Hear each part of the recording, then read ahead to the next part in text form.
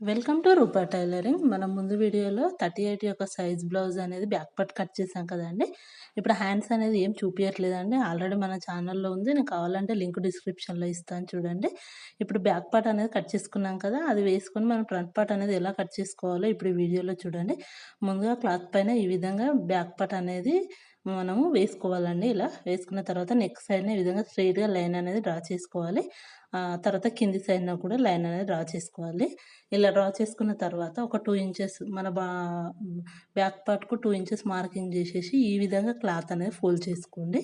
ఇలా ఫోల్డ్ చేసుకున్న తర్వాత సైజ్ బ్లౌజ్ తీసుకోవాలి. సైజ్ బ్లౌజ్ తీసుకొని మనకు ఫ్రంట్ పార్ట్ యొక్క హైట్ ఉంటుంది కదా! అంటే సేఫ్ బెల్ట్‌ది కాకుండా మిడిల్‌లో టక్స్ ఉంటుంది కదా! అక్కడికున్న భుజాల పైన మనం ఆల్రెడీ భుజం కోసం కుట్టు వదిలేసాం కదా! హాఫ్ ఇంచ్ అక్కడి నుంచి మనం భుజం పైన వేసిన కుట్టు నుంచి ఈ విధంగా పట్టుకొని మార్కింగ్ అనేది చేసుకుంటే పర్ఫెక్ట్‌గా మన ఫ్రంట్ యొక్క లెంత్ అనేది వచ్చేస్తుందండి. ఫ్రంట్ పార్ట్ యొక్క హైట్. అలా వాళ్ళ హైట్ వేసుకున్న తర్వాత ఒక హాఫ్ ఇంచ్ కిందికి మార్కింగ్ అనేది చేసుకోవాలి. ఎందుకు అంటే మనం కుట్టినప్పుడు ఎగ్జాక్ట్‌గా వాళ్ళ సైజ్ బ్లౌజ్‌తో సహా వచ్చేస్తుంది. తర్వాత మనం ఈ విధంగా హాఫ్ ఇంచ్ భుజాల జాయింటింగ్ కోసం వదిలేసి అక్కడి నుంచి వాళ్ళ సైజ్ బ్లౌజ్‌ని ఈ విధంగా నీట్‌గా సెట్ చేసేసుకోవాలి. సెట్ చేసుకున్న తర్వాత ఫ్రంట్ పార్ట్ అనేది నెక్ మార్కింగ్ చేసుకోవాలి చూడండి. మనం ఏ సైజుకైనా సరే ఇదే కటింగ్ అండి. మనం ఎంత పెద్ద సైజ్ బ్లౌజ్ అయినా సరే ఇదే ప్రాసెస్‌లో కట్ చేసుకుంటే సరిపోతుంది మనకు. చూడండి ఇలా మార్కింగ్ చేసుకున్న తర్వాత ఇప్పుడు ఉక్స్ పట్టి, కాజా పట్టి ఉంటుంది కదా! ఆళ్ళ సైజ్ బ్లౌజ్ అనేది తీసుకొని మన షేప్ బెల్ట్ అంటే ఎంతవరకు రావాలో చూడండి. నెక్‌కు పావించుకు మార్కింగ్ చేసుకొని మనము గళ్ళ పట్టి వేసుకున్న పైపింగ్‌కైనా పావించు, తర్వాత మిడిల్‌లో డాట్ కోసం ఒక పావించు కొంచెం ఎక్కువ పడుతుంది. తర్వాత వాళ్ళ షేప్ బెల్ట్ దగ్గరికి మార్కింగ్ చేసుకొని కిందికి హాఫ్ ఇంచు మార్కింగ్ చేయాలి. మనము కరెక్ట్ ఎగ్జాక్ట్‌గా చేసుకుంటే మళ్ళీ చిన్నగా అయిపోతుంది. వాళ్ళ దానికంటే హాఫ్ ఇంచు కిందికి మార్కింగ్ చేసుకుంటే మనకు కుట్టిన తర్వాత వాళ్ళ సైజ్ బ్లౌజ్ ఏదైతే ఉక్స్ పట్టీలు ఉన్నాయో అదే సైజులో వచ్చేస్తుందండి. ఫస్ట్ 2½ ఇంచుకు మార్కింగ్ చేసుకోవాలి. ఇక్కడొచ్చేసి మనకు షేప్ ఎక్కువ రావాలి అంటే 2½ 3 ఇంచుల వరకైనా పెట్టుకోవచ్చండి.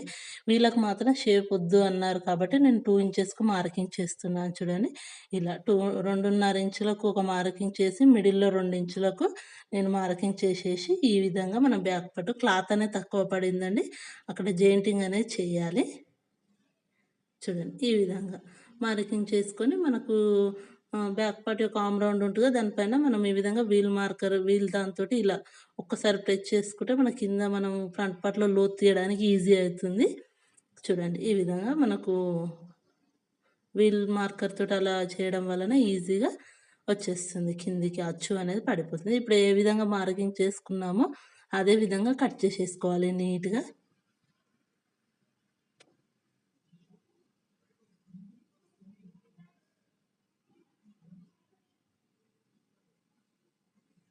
చూడండి ఇలా నీట్‌గా మొత్తం కట్ చేసేయాలి. మీకు బ్యాక్ పార్ట్ ఉంటే కటింగ్ రాదు అనుకో బ్యాక్ పార్ట్ తీసేసుకున్నా సరిపోతుందండి. నేను అలానే ఉంచి కట్ చేస్తున్నాను చూడండి.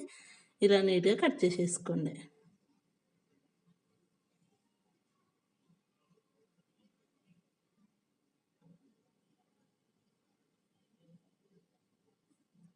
చూడండి ఈ విధంగా. మనకు ఇక్కడ కొంచెం క్లాత్ అనేది జెయింటింగ్ పడుతుంది. అది వేసి స్టిచ్చింగ్ చేసేటప్పుడు వేసుకుంటానండి.